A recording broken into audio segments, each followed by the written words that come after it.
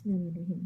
Assalamualaikum warahmatullahi wabarakatuh. Perkenalkan, nama saya Puput Destia Putri dari kelas FICT 2B. Di sini saya mau mengerjakan tugas UTS proyek web dari Pak Deden. Di sini saya ingin membuat pos makanan. Pertama-tama kita ke Visual Code. Di sini udah ada Visual Code.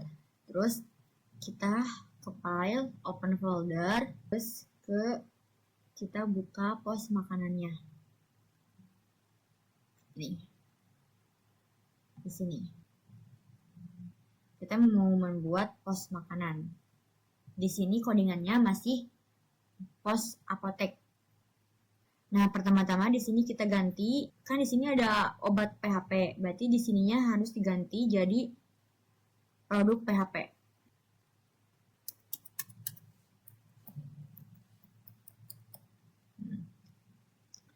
Kalau di sininya udah diganti di produk PHP, berarti di sininya juga harus diganti dari obat PHP ganti ke produk PHP. Di sini di penjualan PHP.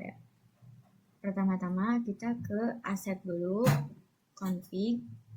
Di config ini kita ubah dari pos apotek ganti jadi pos makanan.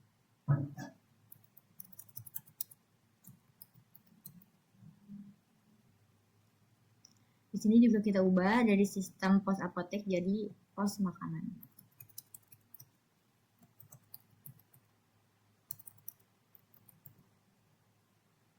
Selanjutnya sudah diubah, kita lanjut ke database. Di database ini ada pos apotek, di sini jadi pos makanan. Selanjutnya kita ke database skema. Di skema ini diganti jadi pos makanan. Diganti jadi pos makanan.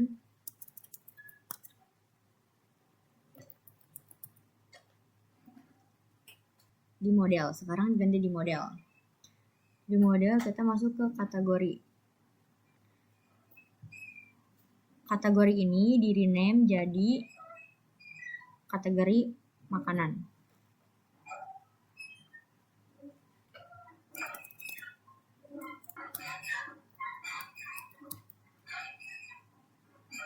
Enter.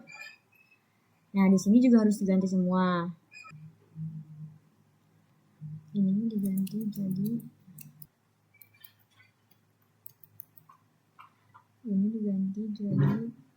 makanan. Terus itu kita lanjut ke obat PHP. Nah, di sini kan obat PHP, berarti kita ganti jadi produk PHP.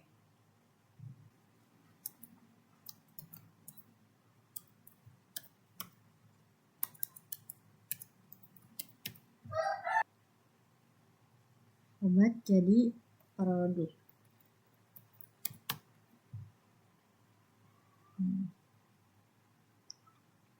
Terus kita ganti kategori makanan, diganti semua udah. Terus ke pelanggan. Terus kita ganti ke pembelian. Nah, terus di sini kita cari obat. Nah, cari obat terus diganti jadi produk.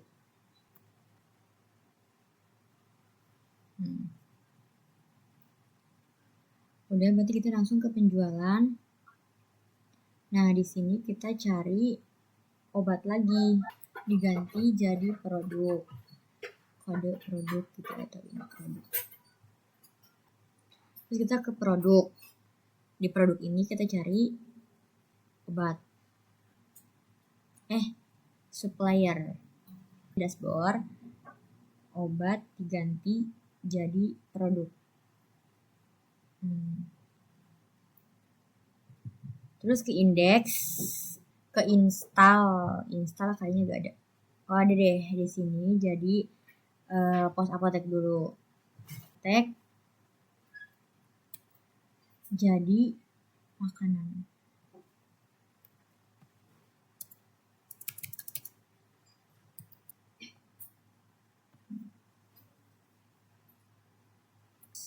selanjutnya kita ke kategori. Di kategori ini ada obat, kita ganti ke gini aja. Kategori obat diganti jadi kategori makanan. Terus di sini kita ganti-ganti aja.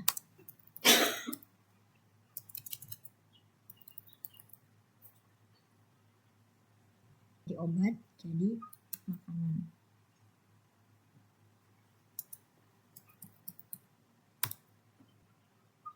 Udah.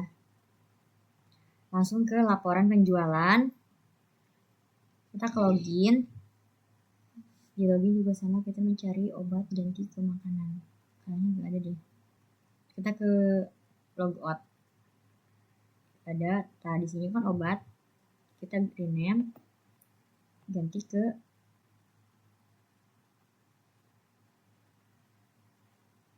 produk.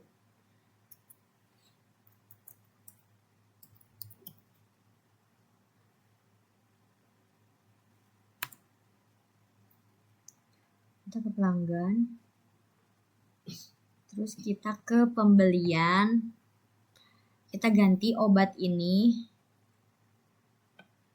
jadi produk.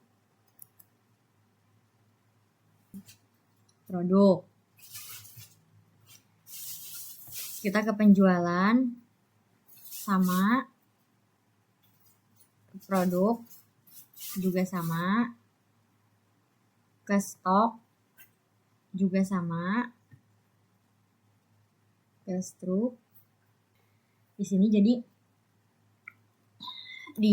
untuk proses modifikasinya saya menggunakan teknik ATM, yaitu amati, tiru, dan modifikasi. Jadi sistem yang awalnya bernama pos apotek saya ubah menjadi pos makanan, yaitu dengan melakukan penggantian teks secara otomatis menggunakan fitur CTRL-H di Visual Studio Code. Nah, pertama-tama kita buat dulu database-nya di phpMyAdmin dengan perintah create database if not exist pos makanan. Perintah ini untuk membuat database baru dengan nama pos makanan. Kalau database dengan nama itu sudah ada, sistem tidak akan membuat ulang, jadi aman dari error. Nah, kebetulan saya udah membuat database-nya di phpMyAdmin tadi. Nah, setelah database dibuat, kita aktifkan dengan perintah use pos makanan. Nah, ini gunanya untuk memastikan bahwa semua perintah berikutnya dijalankan di database pos makanan. Sekarang kita masuk ke file config PHP. File ini berisi config PHP ini. Nah, file ini berisi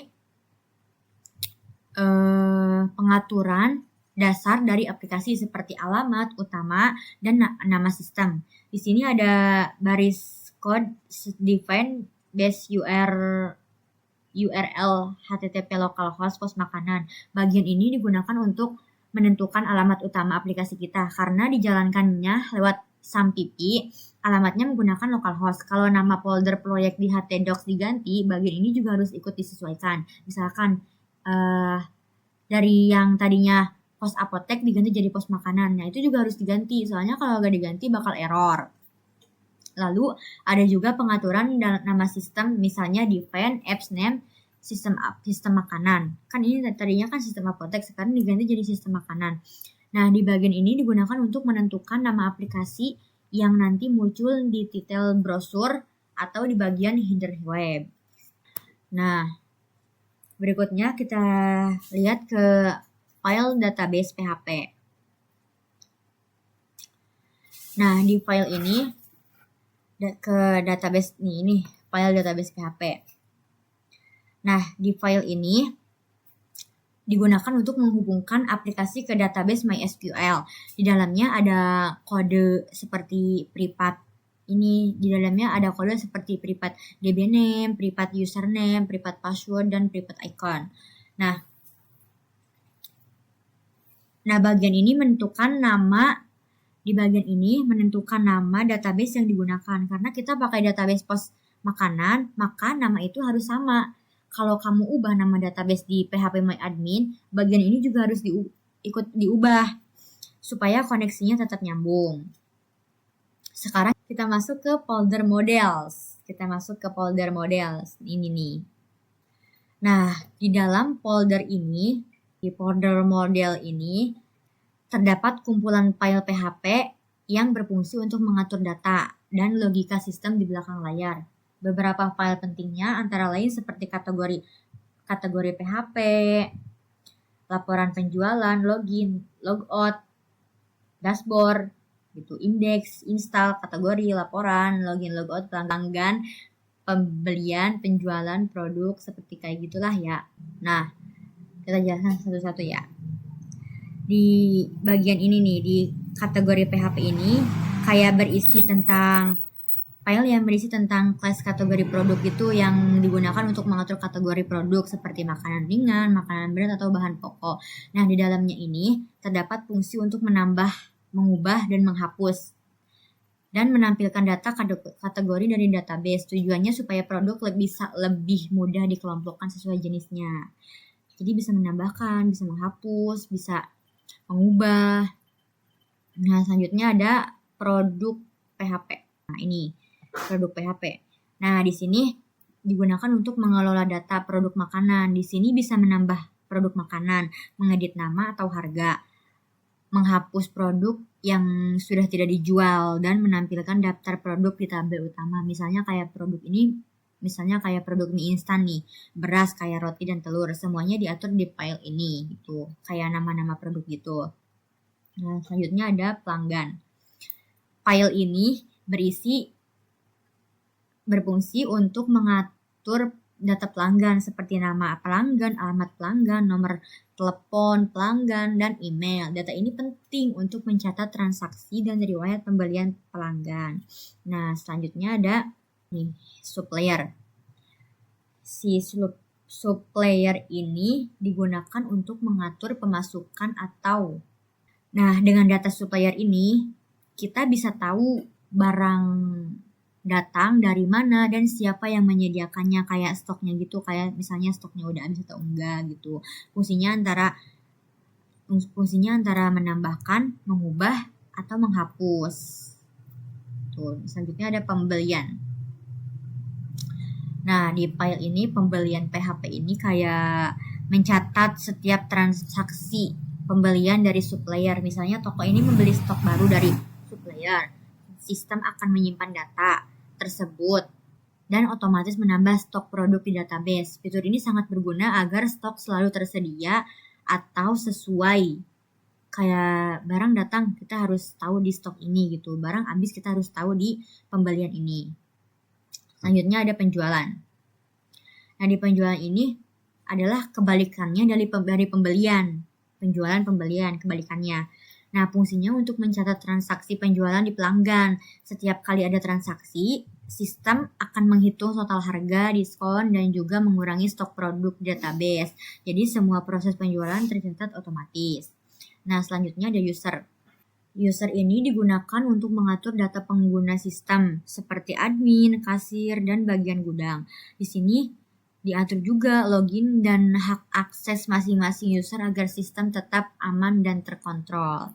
Nah, intinya semua file di folder model ini berfungsi untuk menghubungkan antara tampilan aplikasi dengan database, supaya data yang muncul di halaman web benar-benar berasal dari database MySQL dan bisa diubah langsung dari sistem. Kalau misalkan data di database-nya beda, pasti bakal error juga di Visual Code-nya gitu. Sekarang kita bahas ke file. Ya. Di sini ada filenya, ada dashboard, index, install, sama dashboard, index, install, stok, sama struk. Kita bahas satu-satu ya. Kita bahas dari dashboard. Di dashboard ini, dashboard itu kayak halaman utama. Nah, di sini pengguna bisa melihat data ringkasan seperti jumlah produk, jumlah penjualan, jumlah pelanggan, dan total pendapatan hari ini. Jadi bisa dibilang dashboard ini adalah beranda atau pusat kontrol utama dari sistem pos makanan. Nah, selanjutnya lanjut ke indeks. Di sini ada indeks titik PHP. Kali ini adalah halaman login utama. Di sini pengguna seperti admin atau kasir bisa masuk ke sistem dengan user dan password. Kalau login berhasil, sistem akan langsung mengarah ke dashboard. Kalau gagal, muncul pesan error seperti user atau password salah. Nah, selanjutnya ada install. Nah, di install ini untuk melakukan instalan dari sistem. Saat pertama kali aplikasi dijalankan, file ini akan membuat database dan tabel-tabel otomatis agar sistem siap digunakan tanpa perlu membuat manual lewat PHP MyAdmin. Selanjutnya ada stok. Nah, stok ini untuk menampilkan dan mengatur stok produk di toko makanan atau minimarket gitu. Toko makanan sih, admin bisa melihat jumlah stok yang masih tersedia atau stok masih habis gitu. Nah, barang yang sudah kadaluarsa gitu. Terus fitur ini membantu memastikan stok selalu cukup dan tidak kehabisan barang penting. Jadi di stok ini kita bisa mengecek barangnya masih ada atau enggak gitu. Udah habis atau enggak gitu barangnya. Terus barangnya masih layak dimakan atau enggak, kayak kadaluarsa atau enggak gitu. Nah, selanjutnya ada stroke. Nah, stroke ini untuk menampilkan dan mencetak bukti transaksi penjualan. Setiap kali pelanggan melakukan pembelian, sistem akan menampilkan stroke berisi daftar produk, jumlah, harga, dan total pembayaran, dan kembalian. Jadi pelanggan bisa langsung mendapatkan nota sebagai bukti transaksi. Nah, selanjutnya kan karena di ininya kode-kodenya udah diganti, sekarang kita panggil si pos makanan ini di localhost. Kita di sini kita panggil localhost pos makanan. Nah, hasilnya kayak gini. Ini dashboard. Di sini ada penjualan, men-input makanan ya. Di sini kan ada kode makanan. Misalnya kodenya 005. Terus di sini nama makannya kayak keripik singkong. Terus di sini ada pilih kategori. Kategorinya kayak makanan ringan aja. Nah, di sini ada satuannya botol. Terus harga belinya kita 20.000 aja. Harga jualnya kita 25.000. Stoknya 25. Minimum stoknya 10 aja. Terus expire-nya lama 12 9 2030. Terus tambahkan makanan. Nah, udah ada di sini nih ya. Terus ini untuk menghapus, kita bisa edit, bisa kayak misalkan mau ganti nama kode makanan ganti jadi 002. Oke, kita update. Nah, jadi kan di sini jadi kodenya 002. Terus di sini ada pembelian. Tambahkan pembelian baru. Pilih supplier. Misalkan. Terus 20 11 2000. Terus ini pilih makanan, keripik pisang lumer kan, jumlahnya 1, harganya 12.000. Terus tambahkan item, terus simpan pembelian. Di sini ada simpan pembelian. Terus di sini ada manajemen stok. sesuai stok. Di sini ada stok minimum, kita tambahkan nama atau kode 002.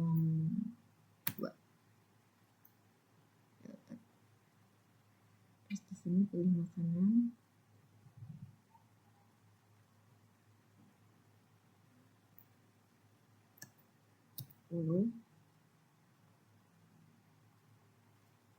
Koreksi stok.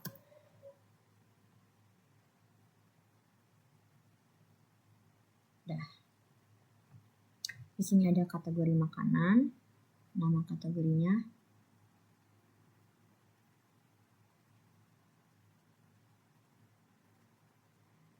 Nama kategorinya keripik. Tambahkan kategori, langsung muncul di sini keripik. Jadi kita misalkan gorengan. Sini deskripsinya kayak anget, enak dan anget. Tambahkan kategori, muncul di sini gorengan enak anget. Nah, terus sini ada supplier kayak food.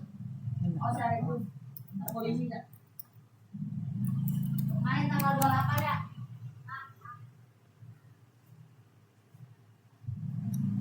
Tambahkan supplier, langsung muncul di sini food. Sini ada pelanggan, nama pelanggan, puput, nomor telepon, ini udah keluar. Terus tambahkan pelanggan, sini muncul puput, sukses. Terus kita ke manajemen user.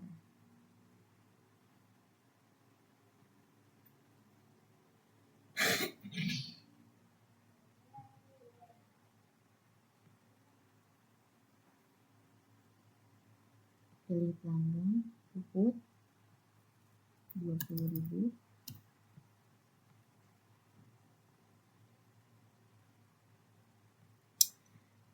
Ini belum diproses, transaksinya masih gagal.